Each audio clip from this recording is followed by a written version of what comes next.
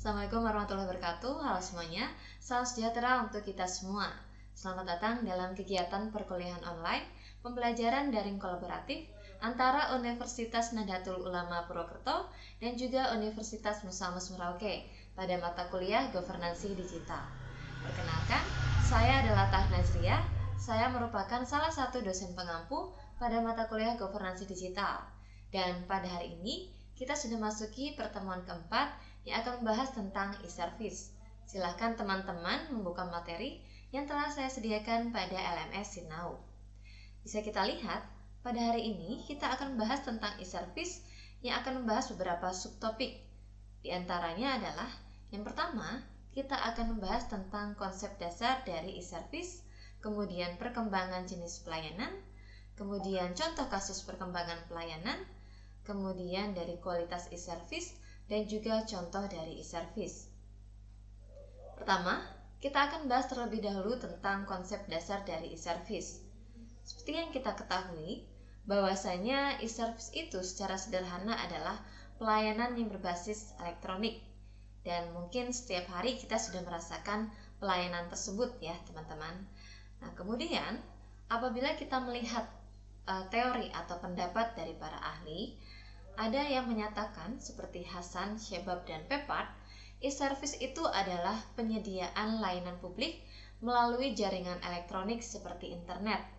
Kemudian ada juga pendapat dari Hoffman yang menyatakan bahwasanya e-service adalah jasa elektronik ataupun pelayanan elektronik yang dihubungkan melalui internet agar dapat membantu menyelesaikan masalah, tugas, ataupun transaksi.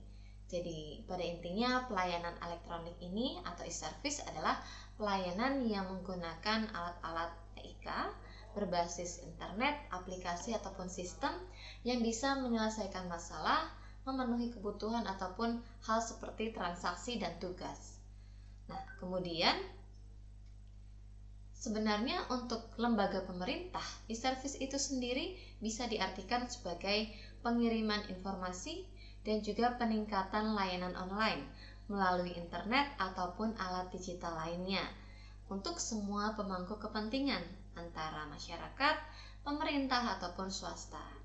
Dan secara umum bisa kita simpulkan bahwasanya e-service itu adalah layanan publik yang diselenggarakan oleh pemerintah ataupun pihak swasta yang berbasis elektronik, internet ataupun memanfaatkan TIK dan memberikan kemudahan ataupun dalam menyediakan berbagai kebutuhan bagi masyarakat. Jadi dengan adanya e-service atau pelayanan berbasis elektronik ini diharapkan bisa memberikan kemudahan dan juga kepuasan bagi masyarakat dalam hal pelayanan publik. Kemudian di sini ada beberapa contoh dari e-service yang diselenggarakan oleh pemerintah dan juga oleh swasta. Bisa kita lihat untuk contoh dari e-service yang disediakan oleh pemerintah seperti pembelian tiket dari pelayanan transportasi seperti KAI ya atau kereta api. Nah, pembelian tiket bisa dilakukan secara online melalui aplikasi KAI Akses. Jadi kita tidak perlu membeli tiket secara langsung atau manual ke stasiun. Teman-teman tinggal mengakses aplikasi KAI Akses dan bisa membeli tiket secara online. Bahkan membayar pun bisa secara online. Kemudian ada juga layanan m-banking dalam hal kegiatan transaksi pada bank BUMN ya seperti BNI, BRI dan sebagainya. Kemudian untuk saat ini juga sudah ada e-service dalam hal layanan administrasi seperti pembuatan akte kelahiran secara online melalui Dinduk Capil. Nah, selain itu ada juga pelayanan publik yang diselenggarakan oleh pihak swasta. Contohnya, pada saat ini teman-teman bisa membeli tiket kereta, tiket pesawat, ataupun memesan hotel melalui aplikasi yang disediakan oleh pihak swasta seperti Traveloka. Atau teman-teman juga saat ini bisa berbelanja dengan mudah secara online tanpa harus ke toko melalui aplikasi seperti Shopee, Tokopedia, ataupun Zalora. Dan selain itu, teman-teman juga kini bisa memesan moda transportasi secara online, seperti menggunakan aplikasi Gojek ataupun Grab. Jadi dengan adanya berbagai contoh e-service itu, kita bisa merasakan kemudahan dan juga keringanan ya bagi kita semua dalam melaksanakan atau menggunakan berbagai pelayanan publik, karena semuanya sudah berbasis aplikasi, sistem, berbasis internet, dan juga memanfaatkan perkembangan TIK. Jadi kita tidak perlu repot-repot untuk menggunakan pelayanan secara manual atau secara tatap muka. Nah, di sini ada beberapa manfaat e-service. Ada manfaat e-service menurut Batagan, Pokovniku, dan juga Kapisivu ya pada tahun 2009. Mereka menjelaskan bahwasanya manfaat e-service ada beberapa contohnya. Yang pertama, bisa membiasakan individu supaya terbiasa dengan informasi elektronik dan juga mendidik mereka supaya terbiasa menggunakan teknologi informasi dan komunikasi. Jadi kita dengan adanya e-service akan semakin terbiasa menggunakan alat-alat yang sudah canggih dan juga sudah terbiasa untuk menerima ataupun mengelola informasi secara elektronik. Kemudian dengan adanya e-service akan memungkinkan adanya telecommuting, atau artinya kita bekerja maupun aktivitas lainnya tidak harus selalu di kantor. Kita bisa fleksibel, kita bisa bekerja di mana saja karena tidak harus selalu di kantor. Jadi teman-teman tidak perlu selalu melayani pelanggan secara tatap muka. Teman-teman kini bisa melayani pelanggan melalui berbagai aplikasi ya, ataupun berbagai sosmed seperti itu. Jadi pelayanan e-service ini tidak selalu harus dilaksanakan di kantor. Ketika teman-teman berada di luar kantor pun, pekerjaan ataupun tugas kita dalam melayani pelanggan ataupun masyarakat masih bisa dilakukan. Kemudian selain itu, dengan adanya e-service, maka sistem informasi akan menjadi lebih terintegrasi atau lebih mudah untuk terhubung satu sama lain. Misalkan untuk data kependudukan, mungkin tidak hanya dari data Dinsos saja, mungkin bisa tergabung dengan data dari instansi lainnya, seperti itu. Atau dengan adanya e-service akan memungkinkan adanya keterbukaan informasi, apalagi di era KIP seperti ini ya, di era keterbukaan informasi publik, maka semua data yang memang wajib dibuka atau ditransparankan kepada publik sebenarnya harus diupload pada kanal-kanal publik ya, seperti website pemerintah atau YouTube dan sebagainya, sehingga masyarakat bisa melakukan pengawasan secara online juga kepada berbagai aktivitas atau kegiatan dari pemerintah. Kemudian dengan adanya e-service bisa menghilangkan hambatan secara waktu ataupun lokasi. Betul, karena kita dengan adanya pelayanan secara elektronik bisa mengakses berbagai pelayanan dimanapun kita berada tanpa terbatasi oleh waktu ataupun jarak. Misalkan ketika saya ingin membeli tiket kereta api, maka saya tidak perlu terbatasi oleh jam kerja, karena saat ini dengan beli tiket di aplikasi KAI Akses ataupun Traveloka, saya bisa beli tiket kapanpun dan juga dimanapun saya berada. Saya tidak perlu repot-repot untuk datang ke stasiun. Saya tinggal membuka aplikasi KAI Akses ataupun Traveloka di saat kapanpun dan juga dimanapun, seperti itu. Dan juga dengan adanya e-service, kita bisa meningkatkan akuisisi data, transformasi dan pengambilan data guna menghindari kekacauan data pada layanan tradisional. Jadi mungkin pada pelayanan yang berbasis manual atau tatap muka, biasanya data diri kita atau berkas-berkas persyaratan pelayanan masih bersifat tertulis dan juga berbasis kertas. Maka biasanya data-data tersebut harus ditumpuk, kemudian harus disimpan di lemari, dan juga kadang-kadang akan susah ketika akan mencari kembali data tersebut di kemudian hari.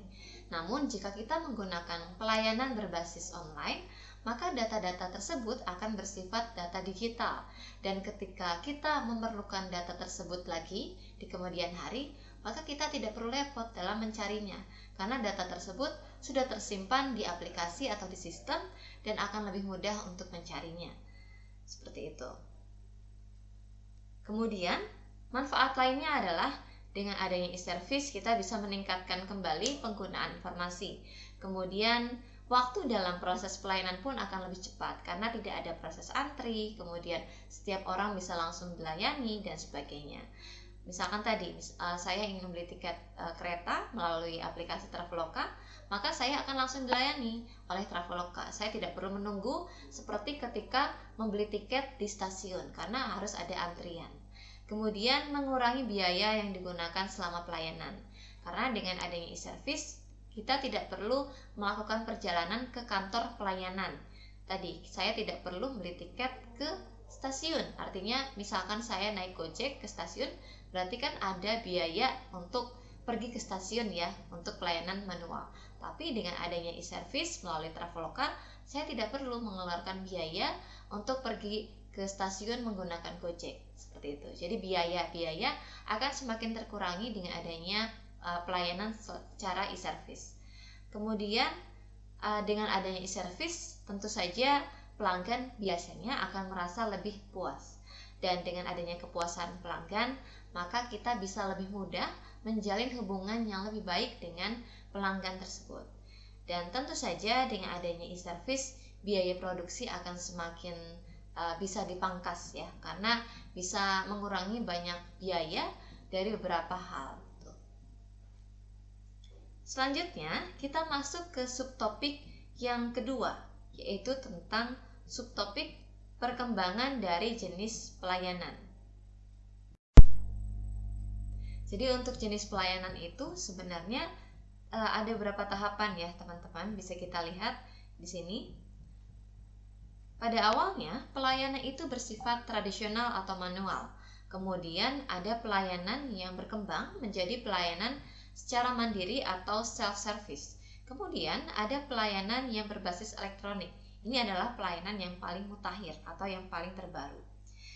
Kemudian bisa kita lihat di sini, pelayanan tradisional itu adalah pelayanan yang masih bersifat tatap muka, harus pergi ke kantor, dan juga biasanya tanpa bantuan teknologi ataupun internet. Jadi di sini biasanya pelayanan masih bersifat administrasi ataupun tulis-menulis. Dan pelayanan tradisional masih dilakukan sampai saat ini. Pelayanan tradisional itu ciri-cirinya pelanggan harus datang ke kantor pelayanan.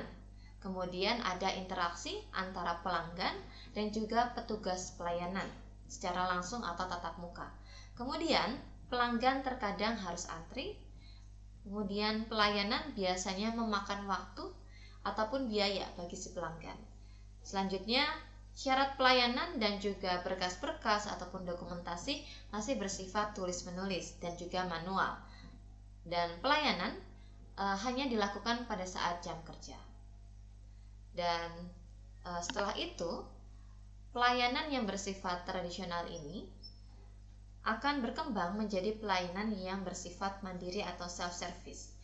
Jadi dengan adanya perkembangan zaman, maka perkembangan tradisional ini dituntut untuk ada efektivitas ataupun efisiensi ya, sehingga perkembangan pelayanan menjadi bersifat mandiri, di mana pelanggan diminta untuk bisa melayani dirinya sendiri. Jadi pada kantor pelayanan akan disediakan mesin atau alat bantu bagi pelanggan untuk bisa melayani dirinya sendiri tanpa adanya bantuan si petugas. Dan self-service atau pelayanan secara mandiri biasanya mempunyai ciri pelanggan tetap harus datang ke kantor pelayanan. Kenapa? Karena alat pelayanannya berada di kantor pelayanan tersebut. Kemudian pelayanannya bisa dilakukan setiap saat, artinya tidak bergantung pada jam kerja. Kemudian alat atau mesin modern tersebut bisa memudahkan proses pelayanan, dan proses pelayanan dilakukan secara mandiri oleh si pelanggan tadi, tanpa adanya bantuan petugas. Kemudian pelanggan kadang-kadang masih harus antri dalam menggunakan alat atau mesin tersebut. Kemudian waktu pelayanan relatif lebih sebentar daripada pelayanan tradisional, dan proses pelayanan ataupun dokumentasi sudah lebih modern dan bisa didukung oleh pembayaran non-cash. Dan selanjutnya, pelayanan yang bersifat terbaru atau pelayanan yang bersifat e-service. Artinya pelayanan ini sudah benar-benar full berbasis elektronik dan juga internet, sehingga sangat memudahkan bagi pelanggan. E-service di sini sudah tidak terbatasi oleh lokasi dari kantor pelayanan ya. Artinya e-service sudah menggunakan situs aplikasi, sistem elektronik, dan sebagainya. Dan e-service jauh lebih modern dan memudahkan bagi pelanggan daripada pelayanan yang bersifat tradisional dan juga self-service. Dan e-service punya ciri-ciri seperti pelanggan bisa mengakses pelayanan dari mana saja dan kapanpun. Kemudian pelayanan dibantu oleh sistem atau aplikasi yang berbasis internet. Kemudian proses pelayanan bisa dilakukan secara mandiri oleh si pelanggan. Pelanggan tidak perlu antri. Kemudian waktu pelayanan sangat cepat. Dan proses pelayanan ataupun dokumentasi sudah sangat modern, berbasis elektronik, dan bisa didukung oleh pembayaran cash. Non-cash, maaf. Nah, kemudian contoh dari kasus perkembangan pelayanan tersebut bisa kita lihat seperti ini ya. Yang paling gampang adalah pada saat membeli tiket kereta api.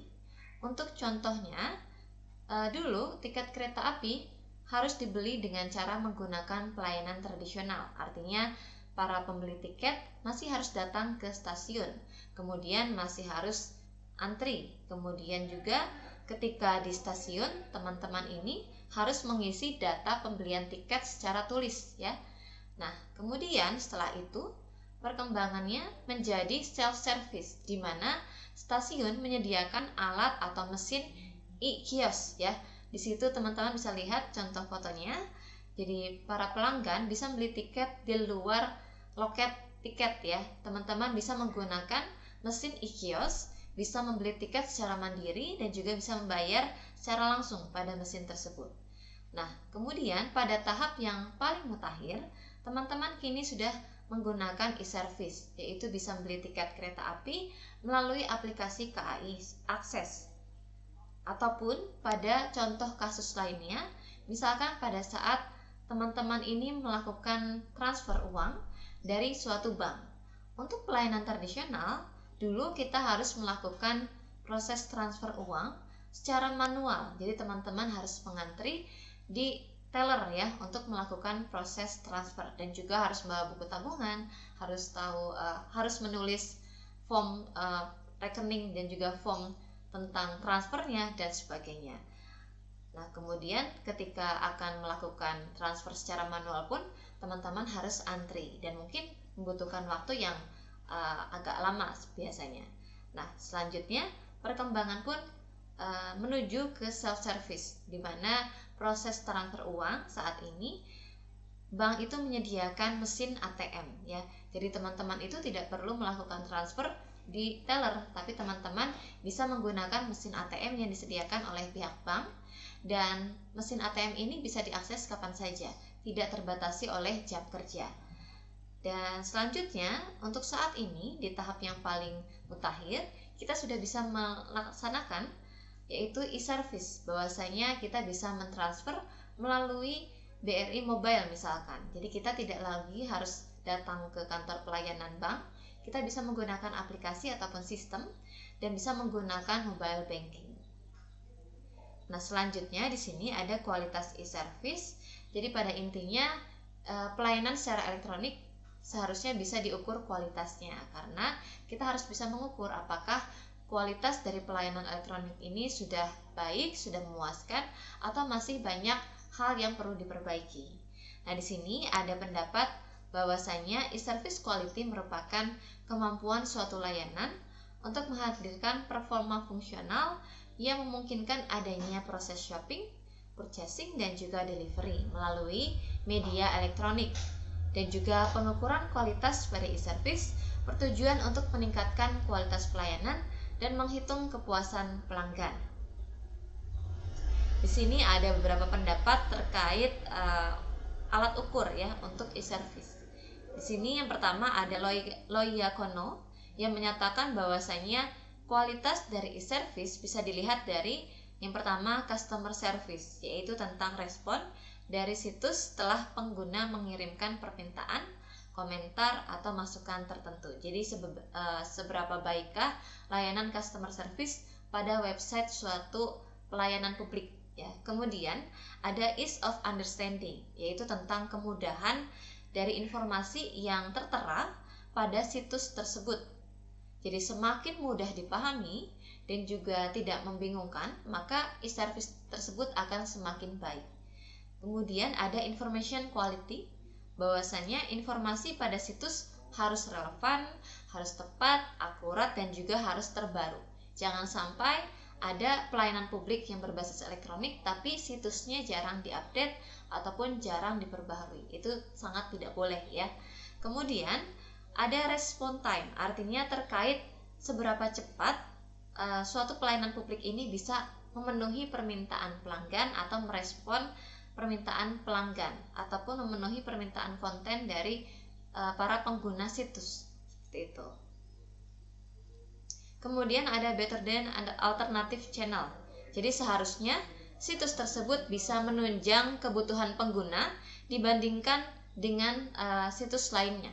Kemudian ada interactivity, yaitu sejauh mana situs tersebut bisa menjalin komunikasi yang baik antara pengguna layanan dan juga penyedia layanan tersebut. Kemudian ada trust, terkait jaminan keamanan berbagai data yang diupload pada situs tersebut, terutama pada data pengguna. Kemudian ada online completeness, yaitu tentang situs dapat memproses transaksi secara online. Lalu ada consistent image, yaitu situs bisa menunjukkan citra perusahaan dengan baik. Lalu ada intuitive operation, yaitu kemudahan pengoperasian situs. Lalu ada innovativeness, yaitu tentang situs memiliki nilai unik dan kreatif. Lalu ada flow, keterlibatan pengguna dengan situs tersebut. Ada functional fit to us, yaitu terkait situs dapat memenuhi keinginan pengguna, dan juga visual appeal atau situs itu mempunyai tampilan yang menarik ya, dan juga estetik. Nah, selain itu ada juga pendapat kualitas e-service menurut Wolfenbarger dan juga Gilly, bahwasanya kualitas e-service bisa dilihat dari website desain seperti navigasi, kemudian kemudahan pencarian informasi, dan juga ketepatan dalam pemesanan ataupun pemilihan produk. Kemudian ada fulfillment atau reliability, terkait aspek dan juga keakuratan informasi dan juga deskripsi produk serta pengiriman produk yang tepat dan sesuai dengan waktu yang telah dijanjikan. Kemudian ada security atau privacy, terkait keamanan dari data-data terutama dalam transaksi seperti kartu kredit, dan juga keamanan pribadi dari si pelanggan. Kemudian ada customer service, terkait kemampuan situs untuk menanggapi kebutuhan pelanggan secara cepat. Nah, selanjutnya ada contoh e-service. Nah, jadi sebenarnya di Indonesia itu sudah ada banyak berbagai pelayanan yang full berbasis elektronik atau e-service. Jadi satu pelayanan publik ini sudah dilaksanakan secara online atau elektronik dari tahap awal sampai tahap akhir. Jadi para pengguna benar-benar melakukan secara online, tidak ada pelayanan secara tatap muka. Nah, pelayanan ini bisa diakses melalui website, aplikasi, ataupun sistem yang disediakan oleh pihak penyedia layanan tersebut. Dan e-service ini tidak hanya diselenggarakan oleh pemerintah, tapi juga bisa diselenggarakan oleh pihak swasta. Dan keberadaan e-service tersebut tentu saja memberikan kemudahan bagi masyarakat dalam menjalankan berbagai aktivitas dan juga dalam memenuhi berbagai kebutuhan. Nah, salah satu contoh dari pelayanan publik yang berbasis e-service adalah dalam pelayanan publik terkait pembuatan nomor pokok wajib pajak atau NPWP secara online. Mungkin teman-teman di sini sudah ada yang pernah merasakan pelayanan pembuatan NPWP, termasuk saya ya. Jadi saya dulu membuat NPWP secara online, tidak datang ke kantornya. Dan di sini saya benar-benar merasakan kemudahan bahwasanya pelayanan tersebut benar-benar bisa dilakukan secara online, dan berkas-berkasnya bisa diupload secara online juga, dan juga lebih cepat waktunya, seperti itu. Nah, hal ini bertujuan supaya para wajib pajak ini bisa mengurus NPWP secara lebih mudah, tidak perlu jauh-jauh datang ke kantor penyedia layanan. Sehingga dengan adanya e-service ini nantinya bisa memberikan kemudahan dan juga kepuasan bagi para wajib pajak, seperti itu. Nah, di sini sebenarnya e-service untuk NPWP disediakan bagi berbagai pihak. Contohnya, bagi orang pribadi yang tidak menjalankan usaha, maka syaratnya adalah untuk WNI hanya fotokopi KTP. Sedangkan untuk WNA bisa menggunakan fotokopi paspor, kartu izin tinggal terbatas, ataupun kartu izin tinggal tetap. Kemudian untuk individu yang sedang menjalankan usaha atau pekerjaan bebas, maka bisa membawa syarat untuk WNI seperti fotokopi KTP, tapi untuk WNA ada fotokopi paspor, kartu izin tinggal sementara, juga kartu izin tinggal tetap. Nah, kemudian ada dokumen yang menunjukkan tempat dan juga kegiatan usaha, kemudian surat pernyataan bermaterai yang menyatakan jenis dan tempat lokasi kegiatan usaha, serta keterangan tertulis atau elektronik dari penyedia jasa aplikasi online yang merupakan mitra usaha wajib pajak. Misalkan teman-teman merupakan seller dari Shopee Food, mungkin teman-teman bisa menyertakan keterangan tertulis atau elektronik dari Shopee, seperti itu. Kemudian bagi wanita yang sudah menikah dan hidup terpisah dengan suami, maka harus menyertakan, kalau misalkan dia WNI, harus menyediakan fotokopi KTP. Kalau WNA sama, menggunakan fotokopi paspor, kartu izin tinggal terbatas, dan juga kartu izin tinggal tetap. Kemudian ada fotokopi NPWP suami, fotokopi KK atau kartu keluarga, fotokopi surat perpajakan luar negeri bagi suami WNA, dan juga fotokopi surat pernyataan pengajuan NPWP terpisah dari suami. Nah, selanjutnya untuk tiap jenis pihak tersebut, cara mengaksesnya hampir sama. Teman-teman bisa mengecek juga ya di websitenya. Untuk yang mendaftar bisa menggunakan laman dari irek.pajak.go.id/login. Silahkan klik link tersebut, dan juga kalau teman-teman belum punya akun, silahkan klik daftar. Nah, setelah itu akan muncul tampilan seperti ini. Teman-teman harus menyediakan alamat email yang masih aktif dan sering digunakan untuk hal-hal yang penting seperti ini ya, dan juga harus aktif. Dan email ini nantinya akan digunakan untuk proses pendaftaran NPWP secara online. Kemudian masukkan kode CAPTCHA yang tersedia pada laman tersebut. Selanjutnya nanti akan diberikan email untuk konfirmasi pada email Anda, dan isi email dari pajak tersebut akan berisi link untuk verifikasi. Jadi silakan teman-teman kalau sudah mendaftar menggunakan email, silakan cek emailnya dan klik link verifikasinya. Kemudian setelah itu nanti akan mengisi berbagai data terkait NPWP. Misalkan untuk orang pribadi nanti akan memilih jenisnya, apakah pusat, kemudian apakah masih lajang, kemudian cabang jika Anda perempuan yang sudah menikah. Kemudian memasukkan persyaratannya, kemudian mengisi identitas dari wajib pajak, misalkan nama, gelar depan, kemudian tempat tanggal lahir, status pernikahan, kebangsaan, nama telepon, dan juga alamat email. Kemudian isi form sumber penghasilan utama yang terdiri dari pekerjaan dalam hubungan kerja, kegiatan usaha, maupun pekerjaan bebas. Selanjutnya ada form terkait alamat domisili yang sesuai KTP. Kemudian isi alamat usaha jika memang ada. Kemudian jika tidak, maka form tersebut tidak perlu diisi. Kemudian isi form info tambahan, kemudian unggah KTP ataupun syarat lainnya, kemudian isi form pernyataan. Lalu setelah itu akan muncul bahwasanya status pendaftaran NPWP Anda sudah terdaftar dan akan dikirimkan token. Dan token tersebut akan disalin ke menu dashboard yang akan dikirimkan ke alamat email teman-teman. Lalu nanti akan dikirimkan link. Nah, silahkan klik permohonan tersebut dan nantinya akan selesai. Nah, ini adalah hasil dari kartu NPWP secara online ya. Bisa teman-teman lihat seperti itu. Jadi dari awal sampai akhir kegiatan pelayanan terkait NPWP memang diselenggarakan secara online, dan berkas-berkasnya, kemudian hal-hal terkait NPWP itu diupload secara online. Jadi teman-teman tidak perlu datang ke kantor pajak, dan nantinya hasilnya pun akan dikirimkan secara online. Kartunya bersifat online, seperti itu. Nah, itu saja teman-teman untuk penjelasan materi terkait e-service. Semoga bisa dipahami dan bermanfaat. Mohon maaf apabila banyak kekurangan ataupun gangguan dari video ini. Semoga bisa dipahami. Itu saja. Terima kasih.